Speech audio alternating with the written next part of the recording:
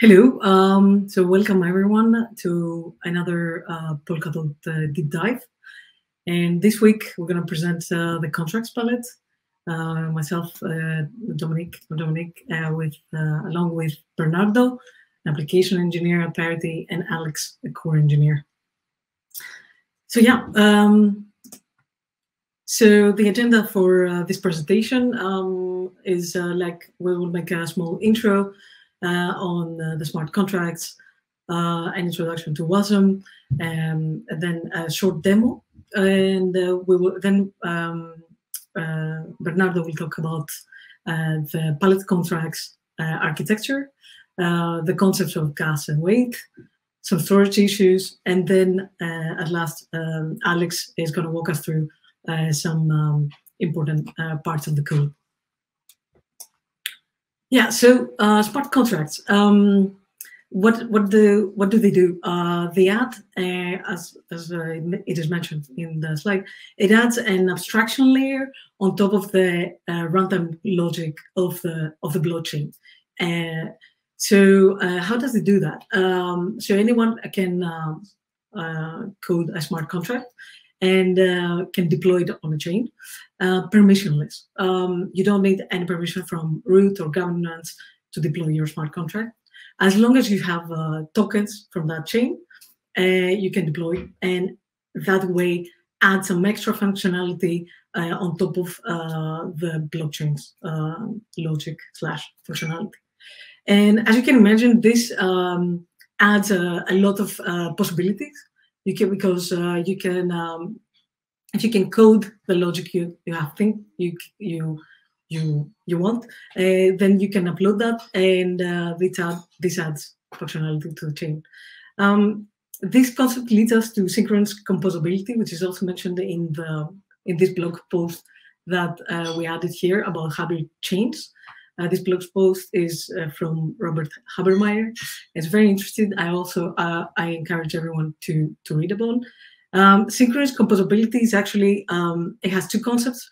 Composability means that two or more programs that can interact, two or more programs that can run on different systems can interact with each other. And synchronous means that the result of this interaction is instantaneous. So when we say two programs in the context of this presentation, I mean two smart contracts, for example.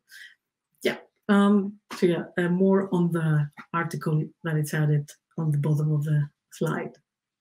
Yeah, so smart contracts safeguards. Since anyone can, if they have tokens, they can upload a smart contract.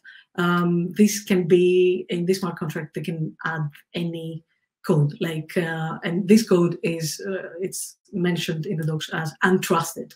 So we need to have some safeguards, some safety pillars, so we can run the smart contracts securely. Three main points here. We have to have predefined fees, so ensure that the contract, the developers that code a contract can have to be charged to compute and store that. Sandboxing means that the smart contract cannot modify the core blockchain storage or the storage of other smart contracts. And revert protection. So any transactions that fail can be reverted, so no state is updated. This is different from runtime development because there is a lot of freedom on how you implement your logic, your runtime logic. So you really need to know what you're doing. When you're, for example, runtime development can be when you code your own parent chain. So then you really know what you're doing to make everything safe. Yes, so smart contract pallets. Why we already had one pallet, the pallet EVM pallet. You might think, okay, why do we need another? There are some differences. So Pallet EVM well, the main difference is that Pallet EVM uses EVM bytecode, and Pallet contracts uses WASM bytecode. This offers us some advantages. For example, when we use WASM, that means that you can code your contract in a multitude of high-level languages like C or C++ or Rust. And when you code in Rust, that gives you also the advantage that the substrate-based chains are also written in Rust. So then you don't need to wrap your code in sort of precompiled, which you need with EVM. So that gives you an advantage on how you interact with the runtime. Also, there are also a lot of other advantages on using WASM. If you look in the docs of Ink, but also if you search like WebAssembly advantages, you can find multitudes. Well, one is that it's fast, or also it's very highly standardized, the Web3C standard. So yeah, it's a big advantage to have this. So yeah, but you also have the Pallet VM, so two ways to run smart contracts in Substrate. Yes, WASM inception. We added this slide to make clear that, well, the Substrate runtime is WASM, and when you have Pallet contracts, you also have WASM. So it's a WASM running inside WASM. So it's a sort of inception, like the movie. And yeah, this is quite interesting as a concept. But it can go deeper. Because when you also have a small dot, then it's another layer of WASM on top of that. So yeah, WASM into WASM into WASM. Yeah. So, but we mentioned WASM. We mentioned WebAssembly. I mentioned some advantages. Well, I already mentioned that that you can. It's a bytecode that it can be compiled from a multitude of high-level languages. And but it's also, the definition is that it's a binary instruction format for a stack-based virtual machine. So it's a set of instructions, and they run like in a stack, let's say a logic. Yeah, so I will not go into how the stack works, but I always try to think of stack like a pile of plates getting values and pushing values into the stack happens in a last in first out LIFO kind of way. And yeah, it's so the instructions follow that logic. Yes. WASM versus what? Yeah, what is what? So WASM is the binary, the binary file, the binary instruction format. But we also have a WAT file. The WAT file is a WebAssembly text format, and it's a way to have a more human-readable format for your WASM. Yeah. So yes. So you can also write. I don't know if we put it. Yes, you can also write code in that format. So you can create a demo.wat file, which we'll show in a bit. And there you can write directly code, and it with a tool called wat2wasm, you can compile to binary format. The wat also I can describe in detail what is what, or that it follows the S expression. It's how it's represented as trees, but maybe it's not in the context of this presentation. But very interesting. I encourage you also to read on how to write in what. because it's quite useful. Also, it's useful if you want to write a test and you want to know exactly what values or how to configure it exactly, and then you don't leave anything. For example, for your contracts palette, you don't leave anything to chance, yeah, it's just good for tests. Yes, so yeah, this is the tool that I will also show, the what to WASM. I didn't actually use the WASM to what, but it also is there if anyone wants to experiment. This is part of the WebAssembly binary toolkit for anyone who can who's interested. You can look it up. They have a GitHub repo. So yeah, so for this presentation, we will show the bare minimum example of a contract, and we chose to also use what because it's also for this presentation, which is intro. We wanted to make an example as language agnostic as possible, and make it as minimal as possible. So this example, what it does is, well, it starts with the module, and then it imports basically two functions. Well, now seal input from well, in the third line, the seal input function from the seal0 module, and this takes two parameters of 32-bit integer.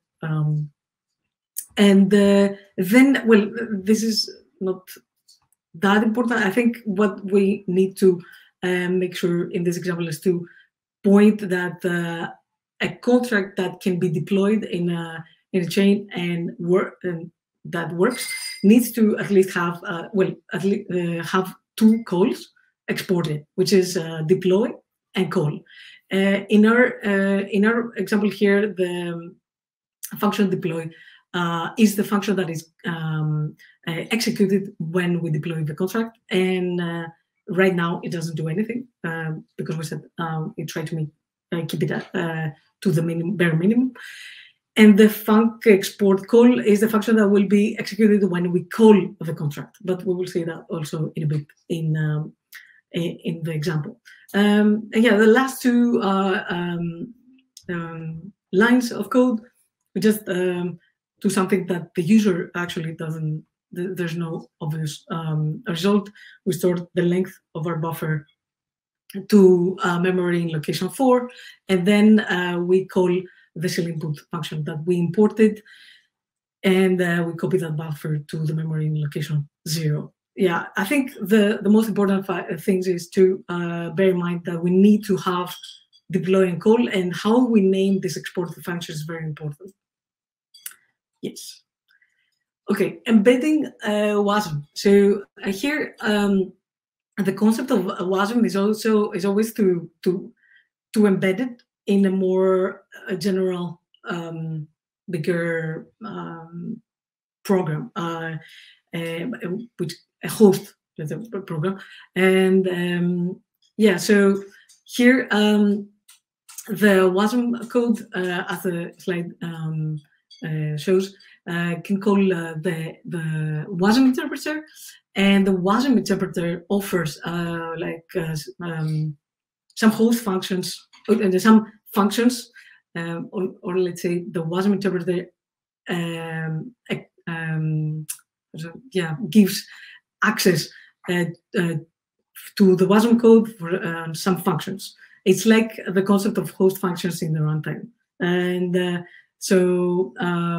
For example, the WASM code can call, ask for the balance of an account, and then the WASM interpreter can call the balance of that account from the Pallet contracts and then Pallet balances. And then when we get the balance, then this is a return from the WASM interpreter to the WASM code. So yeah, this is the concept. I think it's good. I don't know if, yeah, I think it's good for this. And now I will show you the short demo. of the code of the minimal example that we use. So in for the demo here, I have well, I already compiled it, but if we check this what is the same code that we showed in the slides. And so to compile that to WASM, I use this. I use this tool, what to WASM. I give as input the WAT file, and then I can also set an output file. So here I can put min, so I can compile it again, and then I will have two WASM files. But I don't need this one, so I can keep my WASM file. So to upload and for the purposes of this presentation, I will just run a substrate contracts node, which is a substrate node with the Pallet contracts included already. And yeah, I will have this here running, and I will open Polkadot.js apps. It should connect to my node.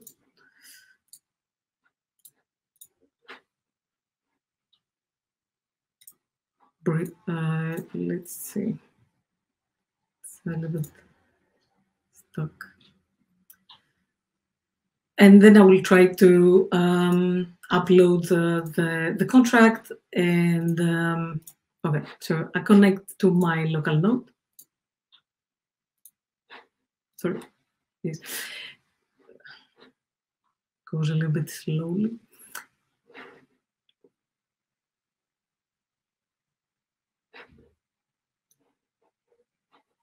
Yeah, so I opened it beforehand. Doesn't connect. Sorry. 1 second. Ah, okay, it's connected. It took a while. Okay, so this is I will zoom again. This is the Polkadot.js apps UI. And if we go extrinsics, okay, so I wanted to mention that in the Explorer, there are no blocks generated still because of this. I use the substrate contracts node, and it uses the manual C. And it will only generate blocks as soon as I submit a new extrinsic. So we will see that in action now. So I will go developer extrinsics. Let's choose Alex. And here I will, so just to mention before I execute anything, so with smart contracts in substrate, we first upload the contract and then we instantiate it. So there are 2 steps. So I will do that, and then we can call it. So yeah, 2 steps to deploy, 1 step and 1 to call. So I will upload the code, and the code that I need to upload is the .wasm file, which I have here. And yeah, that's it actually. I submit the transaction, send submit. And if I go back to Explorer, I will see that there's a new block generated. It's a little bit, yes. And I will see here that there was some pallets reserved and code is stored. So my code is stored on the chain. Then it gets also a code hash. So I will copy this code hash, and now we'll go, oh no, I'll go instantiate the contract with this call here. Yeah, so I need to put this code hash here. Here I'm going to put enough gas, so it doesn't give me an out of gas warning. And here, for now, for the purposes of this demo, I don't need to put any data or salt. So I will run like this. Sign and submit. Yes. And now if I go back to the Explorer, I can see that the contract is instantiated and it has an account. So now I can call it based on that account.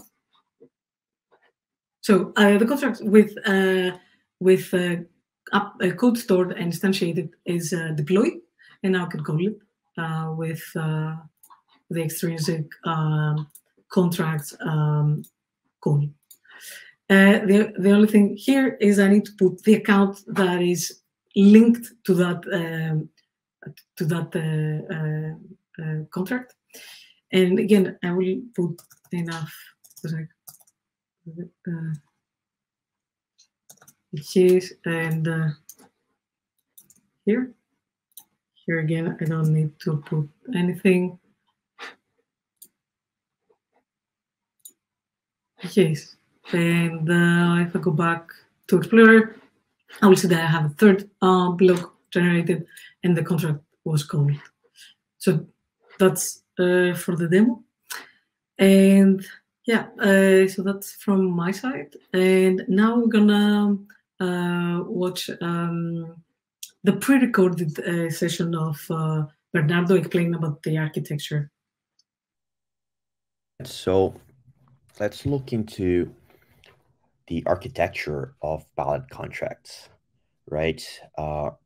As most of you know at this point, this is the basic composition of a substrate node, right? So on the bottom, we have the core infrastructure stuff. It just basically composes the client, right? The storage, peer-to-peer networking, and all that. We have the runtime, which is already WASM. We're already in the WASM realm, and it's divided in different modules. So we have frame system, which I mean, assuming you're working on some frame-based runtime, frame system is a very important piece of this runtime. And pallet balances also, which is the most common pallet to provide the currency trade implementation. So these two pallets are very important, and they provide some basic functionality to pallet contracts. And well, as we can see here, we have pallet contracts with three basic extrinsic calls that it makes available to the users. One is used for uploading new contracts. The other is using to instantiating new contracts. There's a bit of a nuance here. When you upload some contract into Pallet contracts, it doesn't mean this contract is yet active. You have to then instantiate it via its code hash, so that now this contract has an account, and you can then interact with different instances of the same contract. And this interaction happens over the call extrinsic, right? And all of this extrinsics all these interactions are happening via the RPC interface. So users are sending RPC calls with a submit extrinsic RPC endpoint, and that way users interact with Pallet contracts. So this is sort of the flow of some dispatchable, right? So the user will call this RPC endpoint, the submit extrinsic, with let's say the contract is already uploaded, it's already instantiated. So they're sending a call extrinsic, right, with the account ID address of this specific contract, and also perhaps some parameters for this contract interaction. But this happens over an RPC, and then this extrinsic gets gossiped between many nodes. Eventually, some collator will create a block that includes this extrinsic. And when this block gets executed, that means that Pallet contracts will make sure that storage the state of this contract and potentially other contracts as well is modified according to the consequences, the intended consequences of this specific call. This is the flow. This is the how some contract interaction happens on a network level. And we also have this special RPC endpoint called state call, which gives access to runtime APIs. So this expands a little bit the range of interactions that a user or a DApp can have with the contract, so that not every interaction needs to be changing state necessarily. There are some kinds of interactions that we want to be passive, if you will, so that perhaps you just want to read. Perhaps you just want to know the state of some contract. You just want to read some variable, or you want to dry run the execution of a call, so you know beforehand how much gas that is going to consume, right? We call that a dry run. So the DApp, some wallet or some DApp front end can use this as a mechanism to estimate a realistic gas limit, so that when this DApp is making the actual flow of submitting an extrinsic, it can use an appropriate value for the gas limit. And we're going to expand a little bit more on gas a little bit later, but it's just worth mentioning this kind of specific passive RPC interaction that you can have with a contract that doesn't necessarily modify its state. So let's dive into API. What is the API that Pallet contract is making available? So it's basically a set of WASM functions that are made available by Pallet contracts that some contract can import and call, right? So it needs to have some versioning mechanism so that it stays backwards compatible, because otherwise, as soon as new APIs were introduced or maybe modified, that would break contracts that had been already deployed. So we need a versioning mechanism for this API. And this can also be extended by the runtime with a mechanism called chain extension.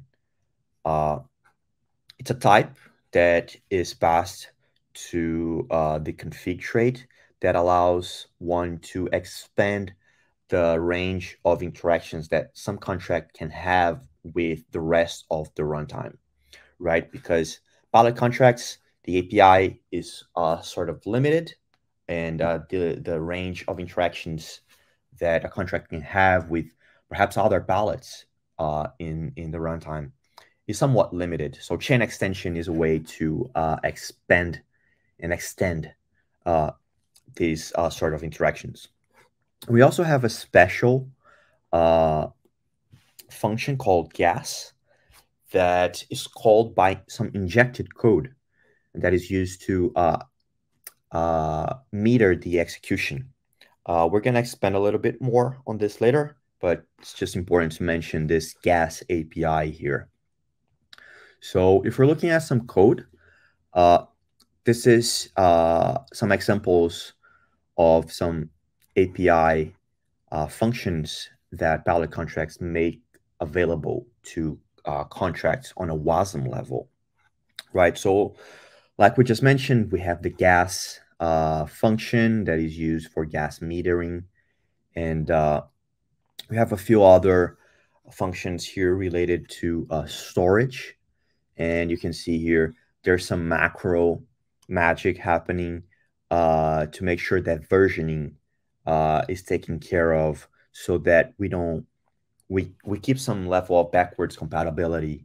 And when we change some APIs, we're not breaking contracts that have already been deployed, right, into past versions of Pallet contracts. And one very important API function is the call one, which is basically how interactions are happening, right? Some contract can call other contracts, and this can happen on a nested level. This nesting, how many nesting calls you can make, there's a limit to that. It's not unlimited, but it happens over the call function. And you can see here there's many parameters. You basically make contracts interact with each other over this.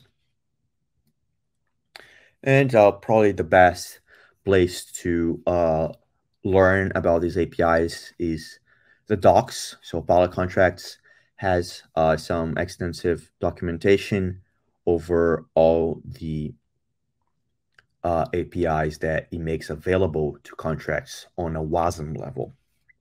So this is independent of the language that is being used to write the contracts, right? It's all on the WASM level.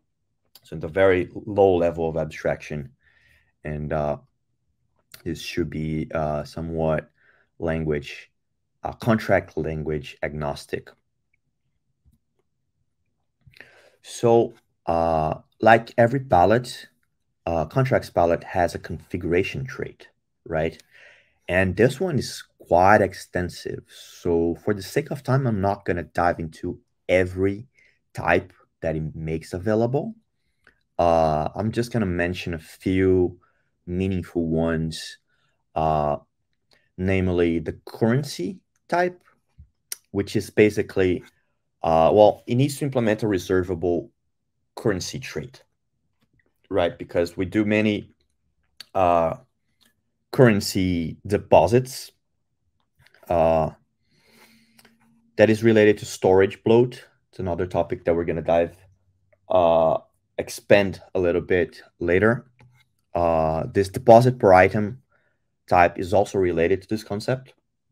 So basically these two types are making sure that well, Pallet contracts can interact with the native token of the chain that all this action is happening, and it can make some deposits as a mechanism to control how storage is growing.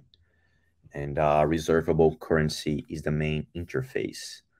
It's the main trait that allows these deposits to happen. And like we mentioned before, we have the chain extension type, which is a way to expand the APIs that Pallet contracts is making available to different contracts. So contracts will perhaps want, well, they're going to interact with storage over these APIs, but perhaps they, for some exploring a little bit the concept of hybrid chains that Rob Habermeyer has been preaching in the community. Chains have their particular functionality, and it's something that only that specific chain offers to the ecosystem.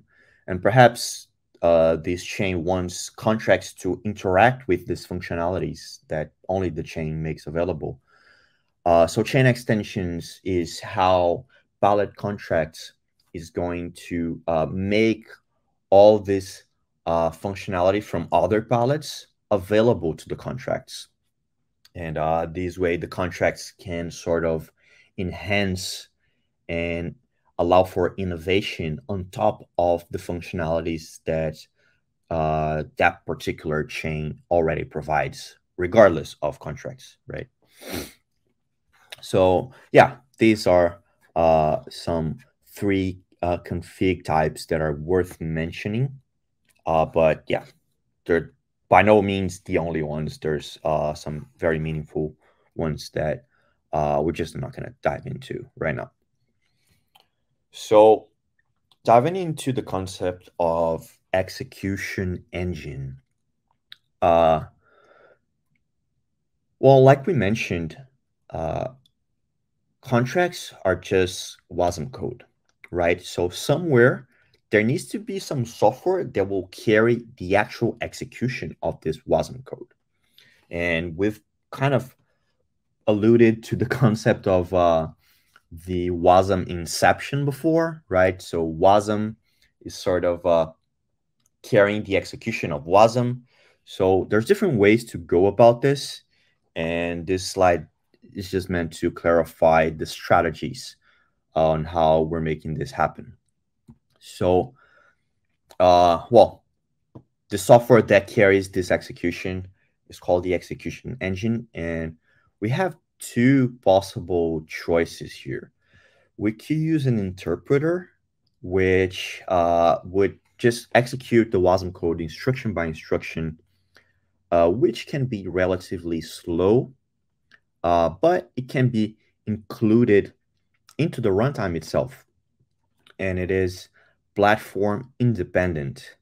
So it doesn't matter which kind of hardware you're using to run this node on. WASM is going to get executed the same way. But we also have a strategy of just-in-time compilation, which means that right before the WASM code is going to be executed, we compile this WASM into native assembly code. So different machines will have different native assembly. This is directly tied to the hardware platform that the software is running on. And this also implies some compilation overhead with a trade-off of really fast execution. But it also cannot be included into the runtime. So it requires a new host function. And this is kind of non-trivial because it could break consensus. It implies some modification on the validator client. So this path is a little bit, it provides some potential advantages, but there's trade-offs. And putting these trade-offs on a scale and evaluating which way is best is not trivial. So right now, the solution, this is still a little bit of an open question. There's no definitive answer to whether the just-in-time compilation overhead and all the non-trivial issues with that strategy, does that make up for the execution time penalties that we have? So is it worth it over interpreted and slow execution?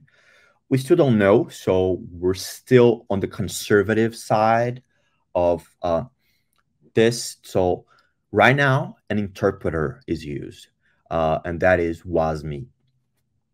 So everything is just happening inside of the runtime, and the runtime, the WASM blob, just has an instance of WASMI that carries over the execution of the contracts.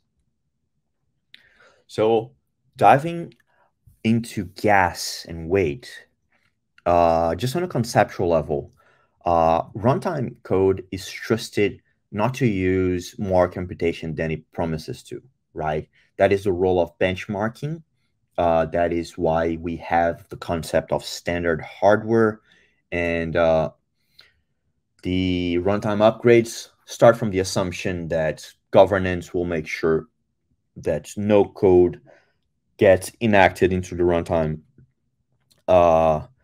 with execution that's unfair, right? And all the fees, we just assume they're being charged correctly. There's no way to enforce this kind of mechanism to smart contracts. So how do we make sure that some contract execution terminates, that some contract doesn't keep executing forever, that it fits into a block, how do we make sure that fees are being charged proportionally? So we need to have this concept of gas. And on substrate, it's since we already have the concept of weights, we just made it so that 1 unit of gas in the pallet contracts is equal to 1 unit of weight, which is equivalent to 1 picosecond of execution in a standard hardware. So we have, for every time we're dispatching calls to contracts, we have a parameter called gas limit. And that is whatever estimation we're making before this execution, what do we think, how much execution time do we think this is going to take? So we just use that as a parameter to our call. And coming back to a few slides before, that is where that dry running becomes meaningful, because dApps can then dry run their calls and get some sort of estimation of gas before they actually submit the call to some contract. And usually we have this dispatch result post info, which is the return value from the call extrinsic of the Pallet contracts. And it contains the actually consumed weight, which is then used to refund the difference from gas limit. So users are not overpaying for their execution if they have overestimated the execution. So how do we meter this in the execution of a contract?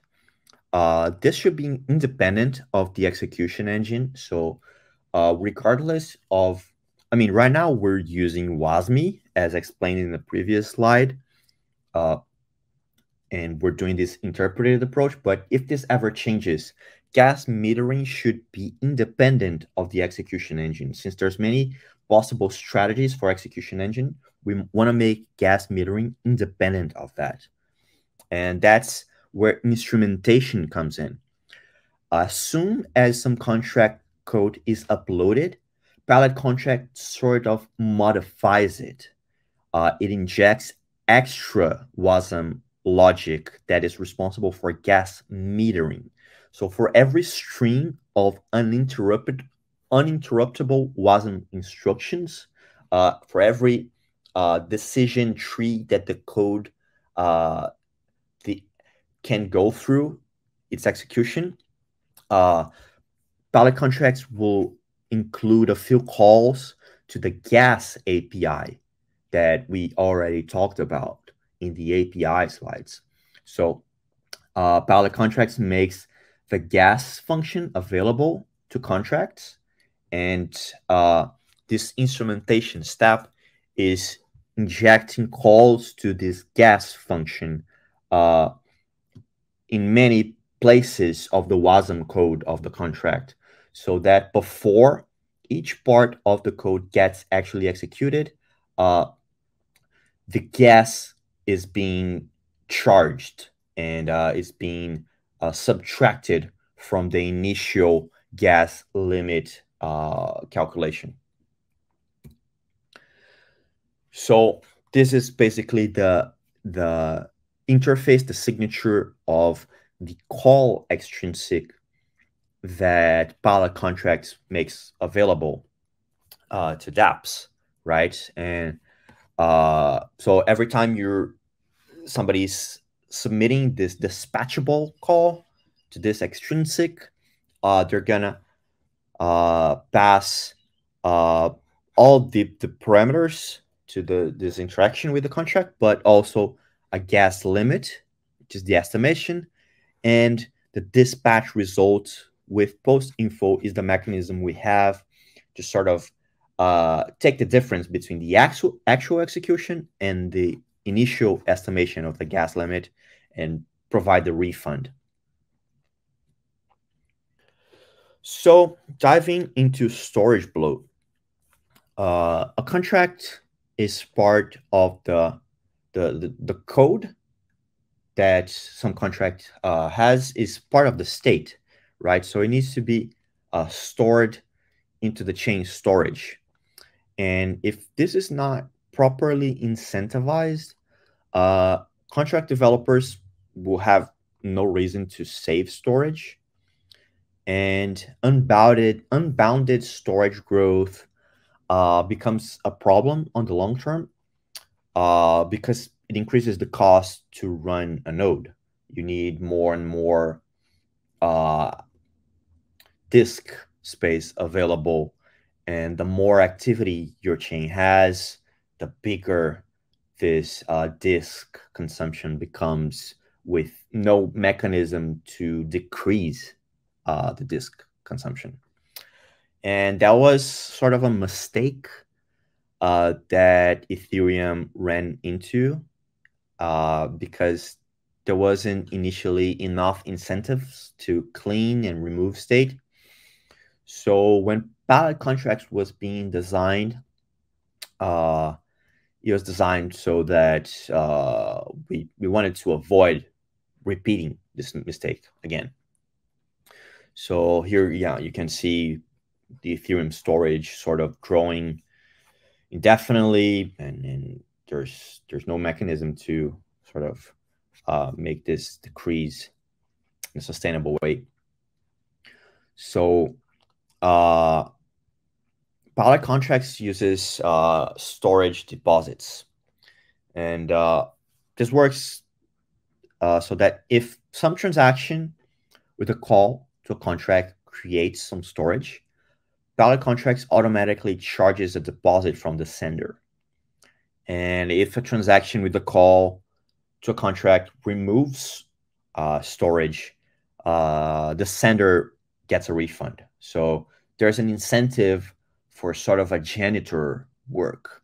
Every time some user is cleaning up, they're getting some tokens, and this incentivizes developers to write contracts that users are able to clean up unused storage, and there's at least a way to keep storage bloat with a mechanism to decrease this bloat, and for users to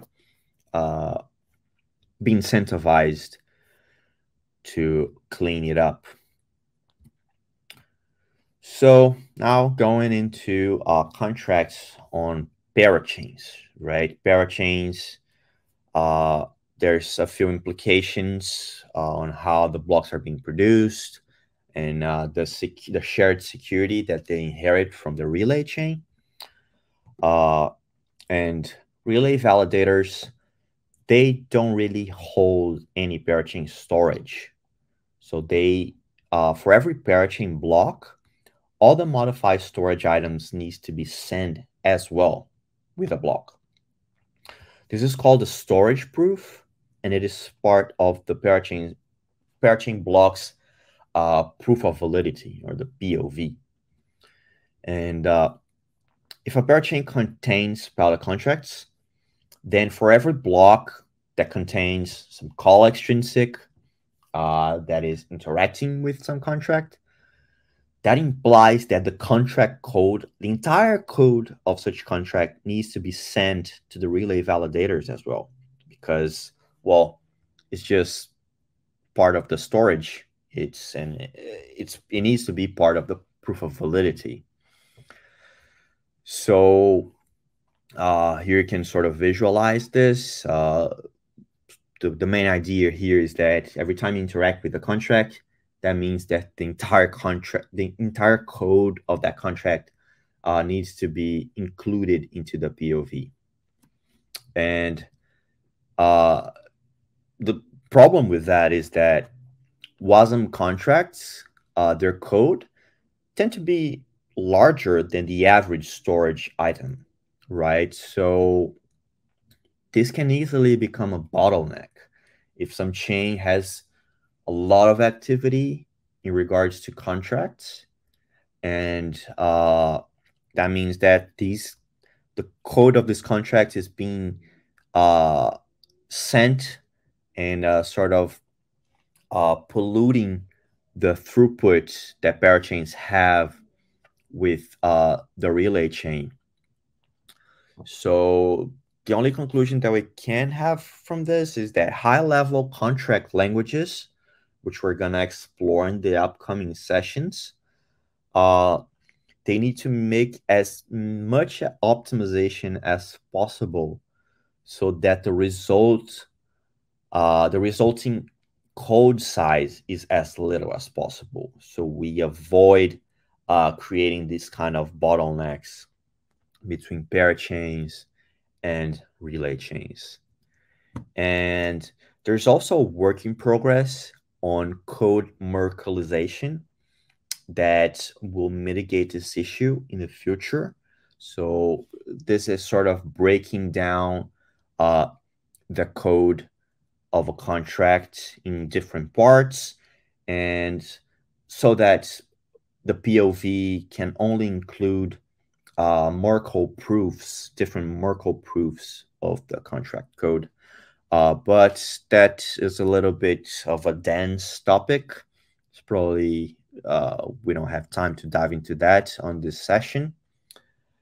But it's an interesting concept to mention, nevertheless.